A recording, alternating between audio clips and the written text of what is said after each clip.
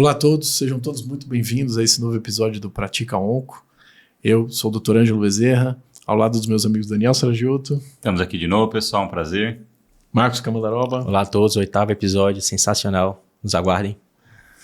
E nós estamos aqui hoje, voltamos a São Paulo, né, Marcos? O nosso tema hoje vai ser melanoma metastático. E a gente tem hoje a honra de trazer aqui, além de um grande amigo, acho que um dos maiores opiniões nesse tema hoje, que é o Dr. Milton Barros. O Dr. Milton Barros atualmente é o vice-líder do Centro de Referência de Tumores Cutâneos do AC Camargo Cancer Center e está dedicado aos tumores cutâneos atualmente. E além de ser um excelente oncologista, é um grande amigo. E Milton, seja muito bem-vindo ao Pratica Onco. Obrigado por ter aceito o nosso convite, meu amigo. Um amigo pessoal, tá? De Recife, então nordestino também, extremamente inteligente, ganhando dinheiro aqui, ganhando dinheiro lá, tá? Comanda todos os tumores de pele aí do Brasil todo. Representando São Paulo e Recife, né, Milton? Seja bem-vindo, meu amigo. Prazer. Obrigado, Ângelo, Marcos, Daniel, pelo convite. É uma honra estar aqui. Bom, eu vou começar com um caso rápido para ilustrar a escolha da primeira linha do tratamento do melanoma avançado, no melanoma metastático ou localmente avançado e ressecável. Bom, é uma senhora de 77 anos, porém sem comorbidades, já com antecedente de um melanoma estádio clínico 2 em segmento, passou a apresentar uma dor lombar de forte intensidade que perdurou, e a investigação, na verdade, revelou uma massa em pessoas, mostrou também uma linfonodomegalia axilar esquerda, linfonodos mediastinais e uma massa na adrenal. Ressonância de crânio não tinha doença cerebral, DHL normal, e o BRAF da paciente veio positivo, né, BRAF com a mutação V600E. Então, diferente de câncer de pulmão, né, quando a gente tem bem estabelecido alguns biomarcadores que ditam tratamento, como a EGFR, ALK, ou até mesmo o percentual de positividade do CPS, né, PDL1 por CPS, em melanoma, o principal biomarcador que leva à escolha terapêutica é a apresentação clínica, né? E a apresentação clínica do melanoma, como todos sabem, ela é extremamente heterogênea, desde pacientes com doença cerebral sintomática, pacientes com baixo volume de doença em pele, doença em trânsito e assim por diante. Então, é nesse cenário que a gente termina escolhendo as estratégias terapêuticas. Veja que essa paciente é uma paciente que é BRAF mutado, mas não é apenas isso que dita a seleção de tratamento para esse paciente. Inclusive, temos estudos que mostram que o início da imunoterapia, iniciar com imunoterapia, quando comparado com terapia-alvo, né, do DREAMseq, e algumas meta-análises mostrando que existe ganho de sobrevida global, começando com imunoterapia, e na maior parte dos casos, imunoterapia é a escolha inicial para esses pacientes, salvo aquelas apresentações mais agressivas, pacientes sintomáticos, que são BRAF mutados, que a gente termina escolhendo terapia-alvo. Aí dentro do capítulo da imunoterapia, hoje nós temos a possibilidade, né, baseado no que é aprovado no Brasil, de começar com monoterapia com anti-PD1, seja pembro, seja nivo, começar com combinação de nivolumab e ipilimumab, e mais recentemente também temos a aprovação do nivolumab mais o relatlimab. Então temos aqui 3 opções de tratamento. É sobre isso que eu gostaria de falar hoje. Então eu trouxe aqui para a gente comentar o estudo Relativity 047. O estudo foi publicado na New England em 2022. É um estudo de pacientes com melanoma virgem de tratamento, com doença metastática ou irressecável, que foram randomizados para receber nivolumab, que é o braço controle, ou nivolumab mais o relatlimab, num regime de dose fixa combinada. Tá? Os pacientes, então, eram estratificados pelo volume de doença, né, no caso, pelo estadiamento do JCC e pelo DHL, também eram estratificados pelo percentual de positividade do PDL1, do LAG3 e também da presença ou não da mutação no BRAF. Bom, esse estudo é um estudo importante porque pela primeira vez nós temos um braço controle no estudo de melanoma que é anti-PD1, né? Diferente do estudo Checkmate 067, onde o braço controle era o ipilimumab, no estudo Relativity nós temos o braço controle o anti-PD1. O estudo tinha como objetivo primário a sobrevida livre de progressão, e depois, mais para frente, eu acho que na discussão a gente pode comentar um pouco do desenho, que é um desenho hierárquico, onde os objetivos secundários seriam, em primeiro lugar, sobrevida global, E se a sobrevida global fosse atingida, um terceiro objetivo, que era a taxa de resposta, também era avaliado. Bom, o estudo foi positivo para o seu endpoint primário, sobrevida livre de progressão, a um hazard ratio de 0,79, com aproximadamente 10 meses de sobrevida livre de progressão mediana para o braço de nivolumab e relatlimab, comparado com aproximadamente 4 meses e meio do braço nivolumab. Então, é um estudo que o endpoint ele é não só estatisticamente significante, mas como clinicamente significante. Então, pelo desenho de estudo, o segundo endpoint a ser analisado era a sobrevida global, tá? E apesar das diferenças numéricas de sobrevida global, né, absoluta da ordem de 10%, né, 52% dos pacientes vivos, já com follow-up de 33 meses mediano, comparado com 42% do braço nivolumab, né, o P para sobrevida global não foi atingido.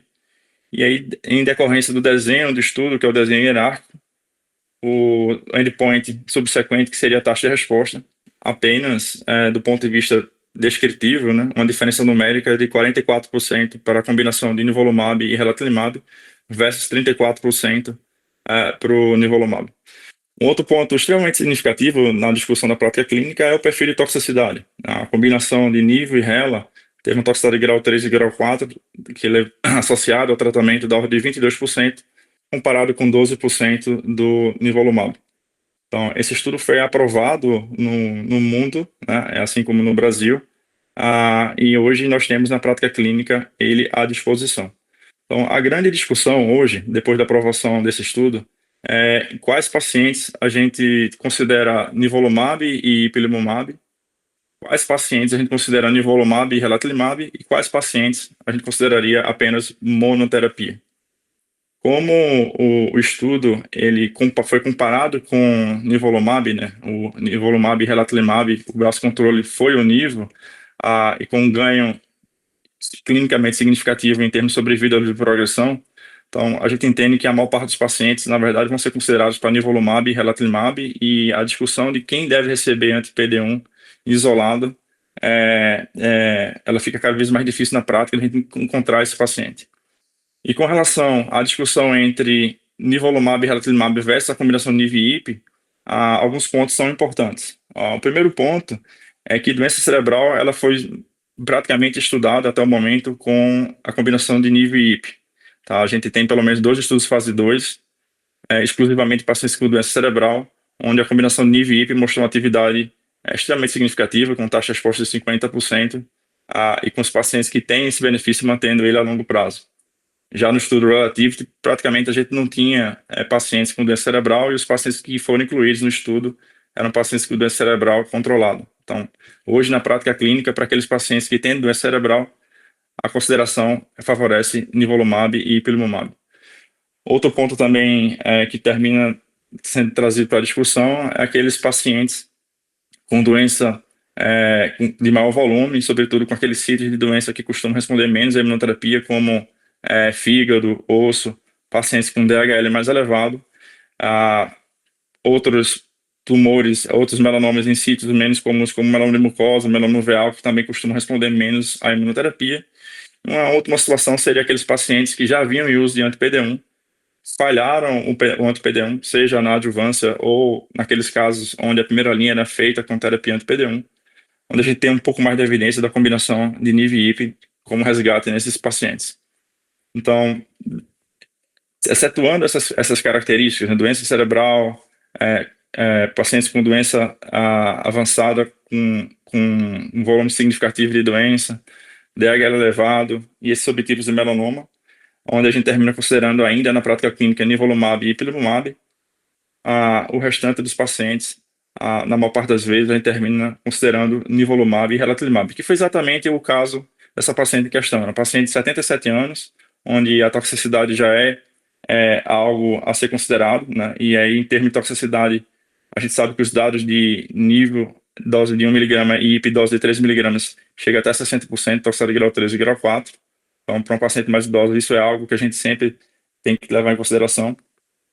Mas, por outro lado, era uma paciente que não tinha doença cerebral, um DHL normal e um volume de doença que trazia sintoma para o paciente. Então, e que talvez, antes da aprovação do nivolumab e relatlimab, a gente se sentisse um pouco desconfortável em fazer só monoterapia com anti-PD-1. Mas no final do dia, isso só reflete a nossa ausência de um biomarcador que possa de fato ajudar a seleção de qual estratégia é melhor para cada paciente. A gente termina se baseando muito na apresentação do caso clínico e na capacidade do paciente de tolerar os eventuais efeitos colaterais, no suporte clínico. Tudo isso termina permeando. Já aqueles pacientes que vão ser considerados para monoterapia com anti-PD-1, de fato, cada vez mais fica difícil de a gente encontrar esses pacientes na prática clínica. Talvez um bom exemplo seja aqueles pacientes com melanoma desmoplásico, que costumam ser pacientes mais idosos, e são tumores que respondem muito bem à terapia com anti-PD-1. São pacientes que têm uma carga mutacional muito mais elevada e muitas vezes com apenas poucos ciclos de tratamento já atingem uma resposta significativa. Eu acho que talvez esse é o subgrupo que eu fico mais confortável em considerar monoterapia com anti-PD-1. É óbvio que existem casos e casos, mas aqui é uma ideia geral de como a gente organizar um pouco o pensamento na escolha dessas 3 opções em se tratando de imunoterapia em primeira linha. Excelente, Milton. Então, só para a gente resumir, é um caso de uma paciente de 77 anos que tinha um melanoma metastático com volume de doença que era sintomático, pelo que você comentou, né, Milton? E você optou por fazer a combinação de tratamento com terapia combinada, que é o nivolumab com o relatlimab, ok? É isso mesmo, né, Milton? Exatamente, Ângelo. Marcos, vamos lá então, vamos começar a fazer as perguntas aqui, para a gente apquaproveitar a expertise do Milton aí. Aprender tudo com ele agora. Vamos lá, Marcos. Milton, primeiro em relação a essa nova droga, o relatlimab, pra gente, qual é a diferença? Por que ela é tão diferente em relação aos outros imunoterápicos? E na sequência de tratamento? A gente sabe que na segunda linha a gente vai fazer inibidor de BRAF, MEK, e na terceira, abriu-se uma nova droga, será que a gente pode fazer ipilimumab, fazer uma nova divisão de imunoterapia anti-PD-1 com anti-CTLA-4? Como é que a gente pode pensar numa terceira linha com imunoterapia? Perfeito, Marcos. O relatlimab, ele é um anticorpo monoclonal anti-LAG3, tá? E o LAG3, por sua vez, é um receptor de superfície, considerado também como um checkpoint inibitório, que costuma ser co-expressado nos linfócitos do microambiente tumoral que já estão exaustos, assim como o anti-PD-1. E os estudos pré-clínicos mostram que o uso do anti-PD-1 com o anti-LAG3, ele tem sinergismo. E o desenvolvimento da droga já foi em conjunto com a terapia anti-PD-1. Uma vez considerado o uso do relatlimab mais o nivolumab, e só existe a opção de você fazer combinado, porque a droga ela é fixa combinada, o que a gente faz na segunda linha ou mais linhas de tratamento também depende de fatores como a condição clínica do paciente, o sítio de metástases, a presença ou ausência da mutação da BRAF para a escolha terapêutica. A gente não tem ainda dados substanciais da atividade de nivolumab e ipilimumab após a falha do nivolumab e relatlimab na primeira linha, tá? A gente tem, por exemplo, os dados do próprio estudo 047, que eu acabei de citar, onde ele desmembra as linhas subsequentes, e o que a gente pode ver é que existe atividade do nivolumab e do IP após a falha do niv-rela. Obviamente, os números são de magnitude inferior do que a gente está acostumado com a primeira linha, mas a gente pode dizer que existe atividade. O que a gente não sabe, né, é qual que seria a melhor sequência de tratamento, porque não existe randomização nesse cenário, que é um cenário ainda para ser melhor estudado, mas o que termina determinando, mais uma vez, é a apresentação clínica do caso. Se o paciente falhou a niv-rela e ele está muito sintomático, ou tem doença cerebral, está em uso de corticoide, ele é BRAF mutado, naturalmente ele vai para a terapia-alvo.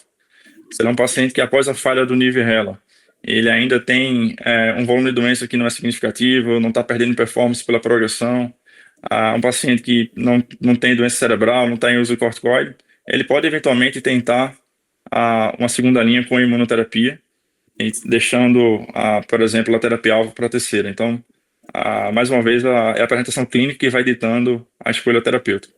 E a mesma coisa quando a gente começa com NIV e IP, né? Os pacientes que malograram a NIV e IP na primeira linha, eles podem ser expostos a nivolumab, relatlimab.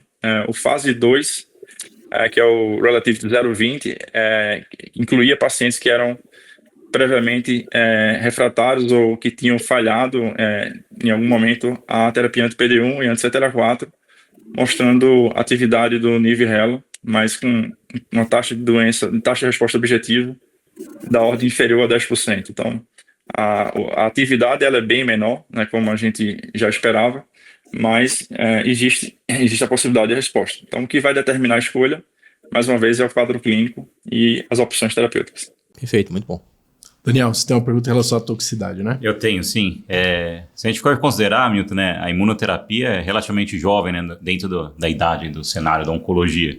E a gente, acho que não só de melanoma, mas de outras doenças, a gente tem se adaptado bastante e aprendendo, né, as toxicidades de anti-CTLA-4, anti-PD-1, mas com essa droga aí, o anti-LAG-3, tem alguma coisa de diferente das toxicidades imunomediadas ou algum outro tipo de toxicidade que a gente tem que ficar atento? Qual que é o seu comentário sobre isso? Tem alguns pontos muito importantes, Daniel, em relação à toxicidade, quando a gente fala de nivo e relatlimab. O primeiro ponto é que não existe uma toxicidade específica dessa combinação, tá? O que a gente pode esperar é o que a gente já está acostumado com anti-PD-1 mono ou com combinação de nivo e IP. Na época que o estudo foi feito, existia uma preocupação com toxicidade cardíaca, então existia a obrigação da gente seriar a troponina. Isso, na prática clínica, isso não faz sentido, tá? O percentual de toxicidade cardíaca foi muito baixo e similar ao que era esperado com os outros tratamentos. Mas existe um detalhe importante com relação à toxicidade do nivolumab e relatlimab. Não só a frequência da toxicidade grau 3 e grau 4, numericamente, ela é menor do que a gente pode esperar com NIV e IP, mas a cinética pela qual ela acontece também é diferente.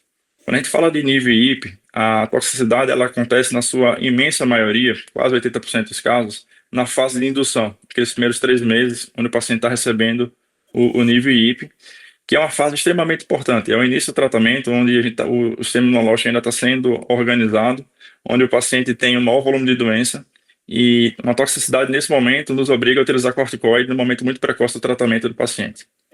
Já quando a gente observa a distribuição do efeito adverso do NIV e RELA, ela não é só menos frequente, né, como a gente já comentou, 20% de grau 3 e grau 4, mas como ela é mais distribuída ao longo do tratamento. Ela não se concentra de maneira predominante naqueles primeiros 3 meses. Isso faz com que a gente tenha a possibilidade de lidar com a toxicidade no momento onde o paciente já foi exposto a provavelmente mais ciclos da medicação e tem a condição de estar com a doença mais controlada, muitas vezes com a resposta parcial muito boa até uma resposta completa. E aí utilizar corticoide, por exemplo, para um manejo nessa situação tem um impacto totalmente diferente. Então são 2 pontos. É a incidência que é mais baixa e a maneira da distribuição dos efeitos adversos que ela é mais distribuída ao longo do tratamento. É diferente do NIV e IP, que se concentra nos primeiros 3 meses, na minha opinião, que é um momento crítico do tratamento. Maravilha, Milton. Do ponto de vista prático, a minha pergunta para você, Milton, é como é que você faz as avaliações de resposta? Tá? Então a gente sabe que a gente sempre tem um pouquinho de dúvida, né? Como que faz essas avaliações de resposta?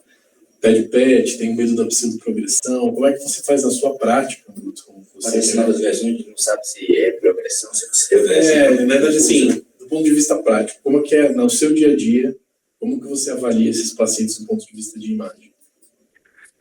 Ângelo, especificamente para melanoma, o PET tem um papel fundamental, na minha opinião. Já existem dados mostrando que a persistência de positividade de captação no PET FDG com um ano de tratamento é um fator prognóstico adverso para a progressão de doença, ou seja, para a criação de resistência secundária. Então, se você pegar a sobrevida dos pacientes que em 1 ano de tratamento ainda tem um PET positivo, comparado com os pacientes que já negativaram, ela é pelo menos 30% a 40% inferior a longo prazo, daquele ponto em diante. Então, esse é apenas um exemplo de como o PET pode nos ajudar. Outro ponto também, com relação à avaliação de resposta do PET, é que muitas vezes você vai ter uma redução significativa da carga tumoral, uma redução de uns 90%, por exemplo, o que levaria a resistir a uma resposta parcial, mas ele é um PET com resposta completa metabólica, tá? E isso nos ajuda a discutir suspensão de tratamento, tá? Em algum momento, a gente eventualmente vai ter a felicidade de discutir suspensão de tratamento, e o PET ele consegue te dar mais informações do que só a tomografia, tá? Muitas vezes você vai ter aquele nódulo residual na tomografia que você não consegue acessar por biópsia, às vezes são múltiplos nódulos, e aí fica aquela discussão de suspende ou não tratamento. O PET pode ajudar nesse cenário também. Então, na prática clínica, o PET tem várias implicações em termos de avaliação de resposta, de seleção para tratamento para doença residual. Eventualmente, o paciente pode ter apenas uma lesão captante ao PET depois de 6 meses de tratamento, onde o período de maior resposta já aconteceu. Isso pode indicar um tratamento local, com o intuito de você chegar na resposta metabólica completa. Tá? Alguns estudos têm demonstrado que isso é importante. Só para ilustrar, na Camargo, 10% dos pacientes que atingem a resposta completa atingem as custas da adição de cirurgia ou rádio em pacientes com doença residual captante ao PET. E isso posteriormente levando à possibilidade de suspensão do tratamento. Eu entendo a preocupação que pode existir em algumas situações utilizando o PET. Uma delas é a pseudoprogressão, isso pode acontecer. Uma outra situação que eu acho que é até mais que é tão frequente quanto, ambas são raras, mas que a gente termina vendo bastante na prática clínica, que é a reação sarcoidose-like. Isso é bem característico quando você vê no PET a captação em linfonodos mediastinais e lares bilaterais, que pode gerar um pouco de confusão também. Então, a gente precisa estar atento a essas questões, mas eu acho que no final do dia o PET muito mais ajuda do que atrapalha. Pelo menos na nossa prática clínica, ele tem se mostrado fundamental. Excelente. Bom, pessoal, estou bem satisfeito. Marcos, sensacional. Caso muito bom. Eu aprendi bastante aqui. Eu aprendi horrores. Milton. Agora, para a gente finalizar e manter nossa tradição, Milton, a gente queria saber como é que as pessoas te acham e te agradecer mais uma vez por ter ficado aqui com a gente nesses minutos, mas que foram muito enriquecedores, meu amigo. Por favor. Mais uma vez, eu gostaria de agradecer o convite. É uma honra ter participado. Eu trabalho na Camargo, estou à disposição de quem precisar nos diversos endereços do AC Camargo. É o meu principal sítio, local de trabalho. Maravilha. Bom, pessoal, queria muito agradecer ao Milton, ao Marcos, ao Daniel, por ter estado aqui nesse episódio, né? E queria convidar vocês para nos seguir nas redes e continuar nesse projeto aí que a gente está tendo bastante êxito. Queria agradecer e convidar vocês para os próximos episódios. Muito obrigado, pessoal. Um abraço, até a próxima. Até a próxima, pessoal. Obrigado, Pratica onco, hein? a todos. Pratica onco.